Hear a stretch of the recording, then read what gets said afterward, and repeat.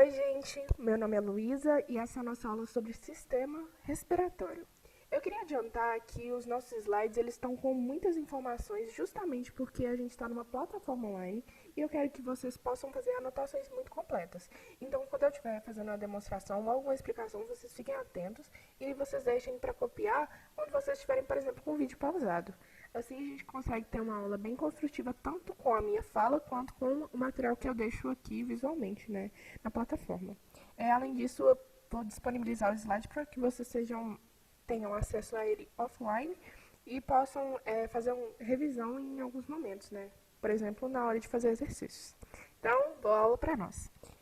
A gente vai começar com a definição do nosso sistema respiratório, que seria o conjunto de órgãos que são responsáveis pelas trocas gasosas entre o organismo e o meio ambiente. Esse processo é tão importante porque permite que a gente realize a respiração celular, que seria a reação química que transforma a glicose que a gente absorve dos alimentos em energia, né, em ATP. Para isso, a gente precisa absorver moléculas de oxigênio e dispersar o gás carbônico, né, que é o resultado desse processo. Então, o sistema respiratório ele é responsável por sempre emitir o gás carbônico e absorver o oxigênio. Para isso, o caminho percorre o ar dentro do nosso corpo. Então, para que ele vá do meio externo até os nossos alvéolos, tem uma série de estruturas que desempenham papéis particulares para que esse processo aconteça da melhor forma possível. Então, a gente começa, lógico, no meio externo, né, que é onde está o ar, e aí ele passa pelas cavidades nasais, depois ele vai para faringe, laringe, traqueia, pulmão, brônquios, bronquíolos, alvéolos. Nessa estrutura acontecem as trocas gasosas e aí o ar percorre uma via respiratória inversa, ou seja, ele vai dos alvéolos fazendo o caminho inverso até chegar no meio externo de novo. Sendo assim, ele vai dos alvéolos para os bronquíolos, dos bronquíolos para os brônquios, pulmão, traqueia, laringe, faringe, cavidades nasais e meio externo.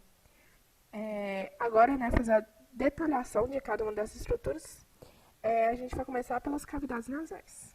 As cavidades nasais estão delimitadas por esse retângulo azul e elas são a porta de entrada do ar no nosso organismo.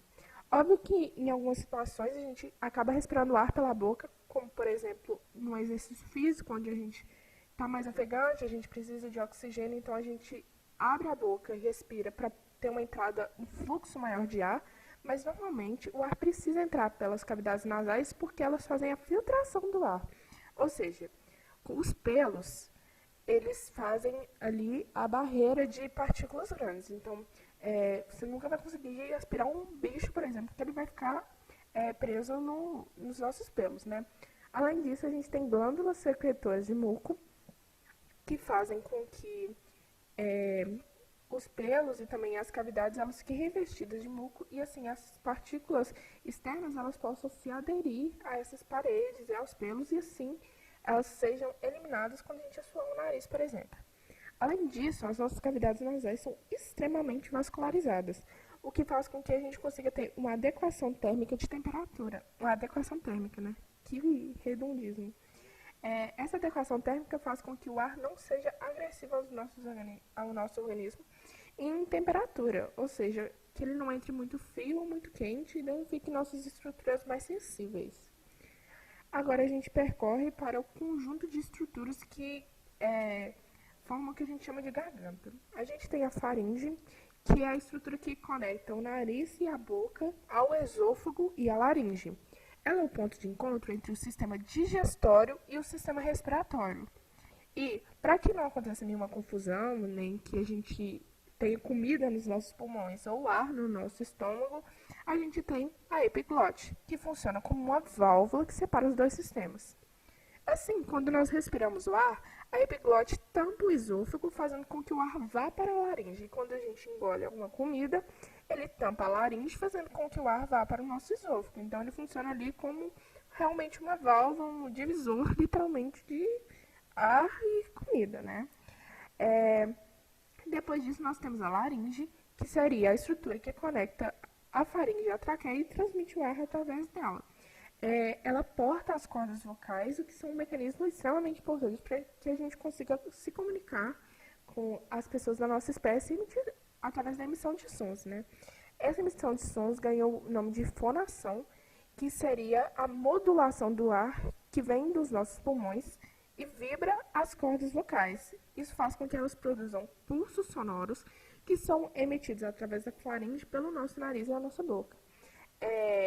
Essa emissão faz com que o som seja amplificável e assim audível, e a nossa boca ela termina fazendo o papel de produzir os demais sons através da movimentação da língua, dos dentes e falar todos os sons que nós conseguimos emitir, né?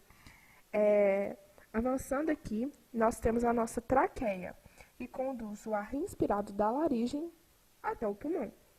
A nossa traqueia ela tem uma série de anéis cartilaginosos que garante uma certa rigidez, e o que faz com que as paredes da nossa traqueia elas não tenham uma adesão entre si e impeçam a passagem de ar, já que, né, é uma via tão importante, né? Não pode ser obstruída facilmente. Além disso, o interior da nossa traqueia é revestido por células ciliares produtoras de muco, o que faz com que, novamente, a gente tenha uma filtração do ar. O muco faz com que as sujeiras se aderam a eles, e assim os cílios varrem a sujeira para cima e a gente torce e emite essa sujeira e tudo mais. Além disso, o ar ele é umedecido e aquecido, que dá mais uma vez um aquecimento térmico, né? Prosseguindo, nós temos os brônquios, que são resultado da bifurcação da traqueia. Essa primeira bifurcação faz com que dê origem ao brônquio primário, e ele vai se ramificar ainda muitas vezes, dando origem aos bronquíolos.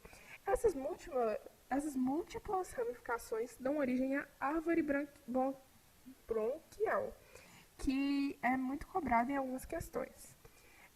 Os brônquios, eles têm a mesma composição da traqueia, porém são mais flexíveis, até porque o pulmão ele faz movimentos, né, de subida e descida, e esses brônquios precisam acompanhar esses movimentos. Agora, prosseguindo, nós vamos para os nossos bronquíolos, que são o resultado das ramificações dos brônquios. Essas são as primeiras estruturas que são internas ao pulmão, ou seja, dentro do pulmão a gente chama de bronquíolos e fora a gente chama de brônquios. Aqui tem uma série de divisões, mas elas são só relativas ao posicionamento, elas não têm tanto uma diferença estrutural entre elas. O que a gente precisa saber é que os bronquíolos, eles conduzem ar dos brônquios até os alvéolos e que eles são revestidos por células claras, que são células que absorvem as toxinas que a gente possa respirar, e elas também promovem uma lubrificação dessa via para que o ar não cause nenhum tipo de atrito. E aqui, os bronquíolos respiratórios são realmente a região terminal aqui, que conecta os bronquíolos aos sacos alveolares. Indo aos alvéolos em si, né, que são a estrela do nosso sistema respiratório, a gente pode entender eles como a menor unidade funcional do nosso sistema respiratório e a última porção da nossa árvore bronquial, ou seja, a extremidade, né?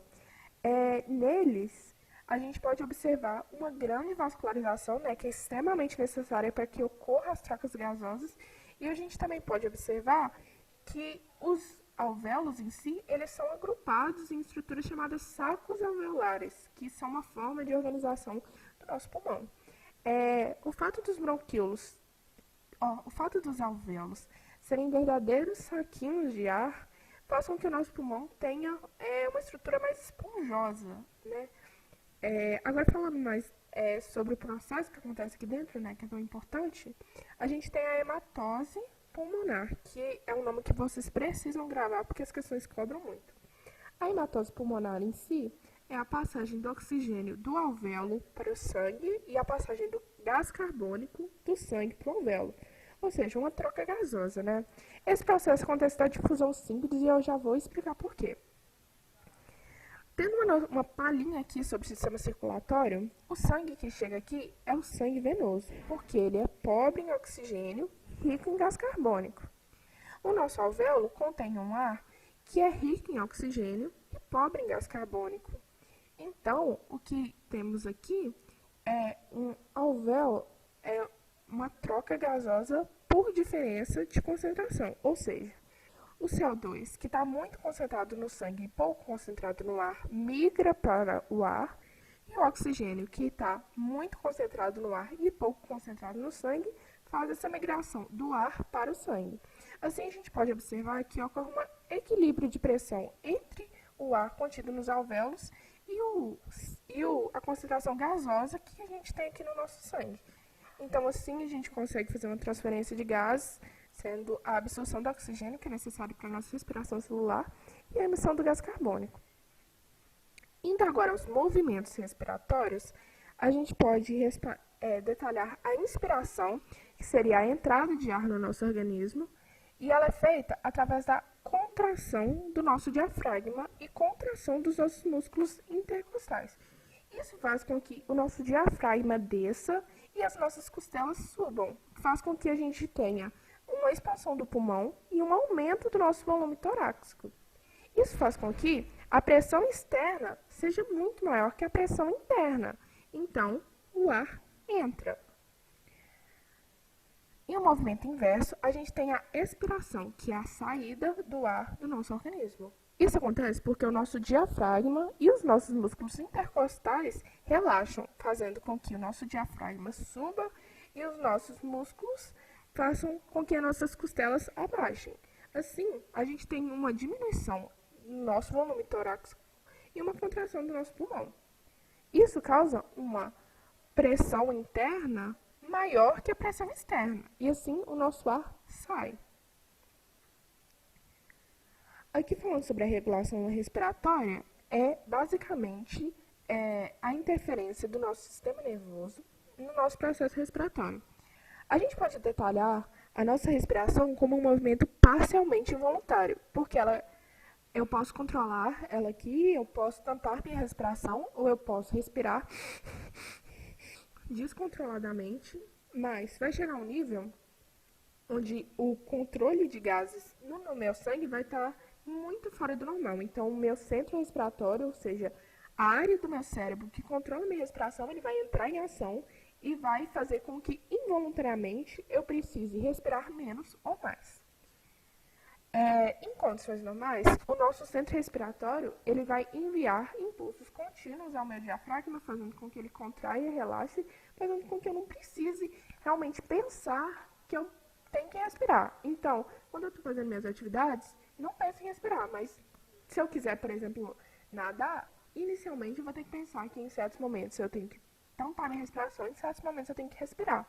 Óbvio que com a natação especificamente, com a prática a gente não precisa pensar ativamente sobre isso, mas só estou demonstrando que é possível, que eu posso controlar, mas em situações extremas o nosso cérebro vai assumir o controle da situação e vai fazer os movimentos pela gente, por nós. Esse centro respiratório é uma estrutura que vocês precisam gravar porque é muito cobrado nas provas e também que ele se localiza no nosso bulbo, que seria a parte inferior do nosso tronco encefálico. Agora falando mais sobre a química do nosso sangue, por que o nosso sistema respiratório e de que forma, o nosso sistema respiratório é ativado, a gente pode falar de um equilíbrio químico que seria do CO2 com o ácido carbônico com o bicarbonato e os íons de hidrogênio. Bom, vocês provavelmente já estudaram ou vão estudar equilíbrio químico, e o equilíbrio químico é um conjunto de reações que tendem a acontecer em uma mesma velocidade nos dois sentidos. Então, quando um desses elementos ele está em alta ou em baixo, a tendência é que ocorra uma reação química para repor esse aumento ou abaixamento de algum desses componentes. No nosso sangue, em específico, o mecanismo que acontece ele é baseado na elevação ou diminuição da quantidade de gás carbônico no sangue. Então, quando ocorre um aumento do gás carbônico no sangue, ocorre uma reação química que vai em direção a esse eixo aqui, então ocorre uma superprodução de ácido carbônico e em seguida uma produção de íons de hidrogênio e de bicarbonato, então ocorre uma elevação de íons de hidrogênio. Isso faz com que ocorra um aumento desses íons e uma redução do pH do sangue. Então, o nosso sangue fica mais ácido, ocorrendo uma acidose. Essa acidose excita o nosso centro respiratório e faz com que o nosso bulbo aumente a nossa frequência respiratória. Ou seja, se eu tenho muito CO2 no sangue, eu tendo a respirar mais para oxigenar meu sangue e eliminar esse CO2.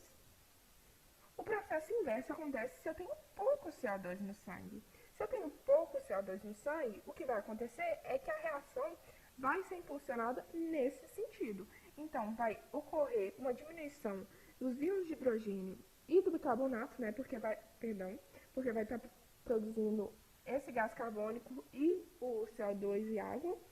Então, vai ocorrer uma diminuição desses íons. Esses íons, tendo uma diminuição, vai ocorrer um aumento do pH do nosso sangue, tornando nosso sangue mais básico, ou seja, uma alcalose. Essa alcalose faz com que ocorra uma depressão do nosso centro respiratório. Depressão não tem nada a ver com a doença, é apenas que o nosso centro respiratório vai ficar menos excitado e ao notar que ele está menos excitado, ele vai reduzir a nossa frequência respiratória, porque pensa, se eu tenho uma baixa de CO2 no nosso plasma, eu vou ter uma alta de oxigênio. E o oxigênio, apesar dele ser necessário às nossas células, ele não é interessante em grandes quantidades no nosso corpo.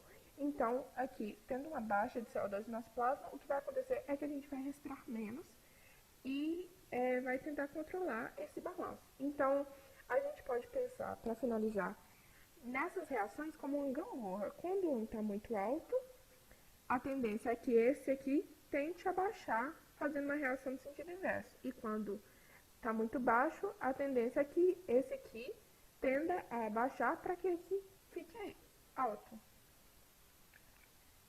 Aqui a gente pode também falar de um tópico que é muito interessante nas questões, tem uma alta cobrança em concursos, em vestibulares, que é como funciona o nosso sistema respiratório quando ele é submetido a grandes altitudes.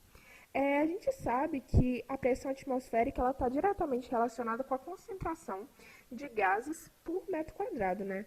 E aqui a gente tem um esquema falando que à medida que a gente sobe de altitude, olha aqui, ó, de 0 vai para 3.000, depois 6.000, 9.000, vai até 15.000 metros de altura, nós temos uma diminuição extremamente significativa da pressão atmosférica. E como a pressão atmosférica é a pressão que os gases exercem sobre nós, a gente também tem uma diminuição da pressão que o oxigênio exerce em nós, ou seja, da pressão que o oxigênio chega a nós, da quantidade de oxigênio que nós conseguimos respirar. Então, a gente vê, por exemplo, que quando a gente chega a 6.000 metros, a pressão atmosférica cai pela metade, o que faz com que a quantidade de oxigênio também caia pela metade. Pense, você respira, mas o oxigênio que chega aos seus pulmões é metade do que normalmente ele chegaria em condições de pressão 1 atm, ou seja, pressão a nível do mar. Então, se está chegando menos oxigênio, o seu corpo tem que passar por uma série de mudanças fisiológicas, senão ele vai parar de funcionar. Senão você não vai conseguir oxigenar seu cérebro, nem seus tecidos, você não vai conseguir, vai ter uma fadiga muscular grande. E aqui eu separei em um site, continha os efeitos comuns sobre o corpo à medida que se elevava a altitude que ele era submetido. Então, por exemplo, a 3.660 metros, que é muito maior que o ponto mais alto do Brasil, né, que é o Pico da Bandeira, que é 2.993, a gente já tem aqui uma sonolência, uma fadiga muscular e mental, náusea, euforia, dor muscular. Isso é justamente porque está chegando menos oxigênio aos nossos tecidos. E aqui, ó, conforme a gente sobe, a gente vê como que é impactante. Olha, a 7.000 metros a pessoa pode entrar em coma no caso dela não ser aclimatada. E a gente já vai saber o que é essa aclimatação e por que ela é tão importante para que a gente possa se adaptar a grandes altitudes. Bom, a aclimatação seria a adaptação do nosso organismo a mudanças físicas. É um processo gradual, porque envolve mudanças fisiológicas, né? E ela não está restrita à altitude, ela pode se referir à temperatura e umidade. A aclimatação em relação às altitudes é um processo gradual que vai desde o aumento da frequência respiratória, como por exemplo uma mudança fisiológica gigantesca, que seria a produção de hemácias. Então aqui, o aumento da frequência respiratória é o que eu te falei. Se você respira e vem metade do oxigênio, a sua tendência é que você respire 2 vezes mais. Então, imediatamente, ao você ser submetido a uma altitude muito alta, você vai, com certeza, ficar muito ofegante para que você consiga fornecer aos seus tecidos a quantidade padrão de oxigênio que eles estão acostumados a receber. A longo prazo, ocorre um aumento na quantidade de hemácias. Se a sua medula óssea ela é estimulada, o que faz com que ela produza hemácias, porque tendo uma maior concentração de hemácias chegando ao seu pulmão, a gente vai ter um aproveitamento maior da quantidade de oxigênio que chega nele. E o oxigênio vai voltar ao meio externo, você vai absorver literalmente tudo que chegar. Esse aumento de hemácias, ele causa também uma dilatação permanente dos capilares pulmonares, o que expande a superfície de trocas, ou seja, a gente tem um aumento na capacidade de difusão do oxigênio pelas membranas dos nossos alvéolos.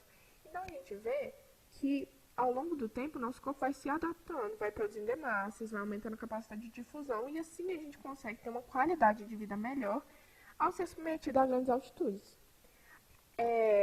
Por isso, as questões geralmente cobram, por exemplo, Libertadores, que teve o jogo do Atlético com... Não, que teve... Perdão, gente, eu não entendo de futebol. Mas, por exemplo, se um time brasileiro que está acostumado com baixas altitudes vai jogar com um time que treina em altas altitudes, é normal que o time brasileiro sofra muito para conseguir acompanhar os jogadores do outro time. E o mesmo acontece se... Perdão. Se um jogador brasileiro for jogar em grandes altitudes, ele vai sofrer para conseguir dar conta, porque ele realmente não tem uma adaptação de hemácias, de capacidade de difusão para poder estar repondo o oxigênio aos seus tecidos, ainda mais futebol, que é um esporte muito intenso, né? E pensando num processo inverso, se esse jogador que está acostumado a operar em grandes altitudes, ele vem para o Brasil, mesmo assim ele joga bem, porque ele tem mais hemácias, ele tem mais capacidade de difusão, então os músculos dele vão estar ali sempre recebendo oxigênio, independente da altitude que ele for operar. A gente também pode observar esse processo quando vão escalar grandes montes. Aqui é o caso do Everest. As pessoas que escalam o Everest, geralmente elas não tomam decisão de escalar o Everest e falam assim, vou ali escalar o Everest e vou começar a subir, em meio mês eu chego lá, e aí escalar o Everest não é um processo contínuo. Justamente porque a gente precisa que essas mudanças fisiológicas elas aconteçam gradualmente para que a pessoa dê conta de chegar ao Everest e não morra lá em cima. Então, o que acontece é que as pessoas elas escalam 1.000 metros e elas vão acampando. Então, aqui, por exemplo, tem um acampamento de 5.364 metros, onde tem um carinha acampado e várias pessoas acampam aqui. E aí elas ficam lá um tempo para poder depois conseguir subir mais metros. E assim as pessoas vão fazendo gradualmente o processo de subida. Se eu não me engano, o Everest ele tem 4 ou 5 acampamentos, que faz com que as pessoas tenham segurança de ficar lá tranquilos e depois de algum tempo eles têm a adaptação para conseguir escalar grandes alturas. Gente, nesses slides eu tentei contemplar os assuntos mais relevantes sobre o sistema respiratório. Vocês podem se sentir à vontade para tirar as dúvidas no fórum ou para consultar em livros na internet e tudo mais. Eu vou pedir para que vocês façam a minha lista, ela está bem curtinha e ela está contemplando os assuntos mais importantes sobre respiração, trocas gasosas, estruturas, fisiologia e tudo mais. E eu estou disponível em tempo integral para tirar a dúvida de vocês. Por favor, me consultem no fórum. É isso e até a próxima.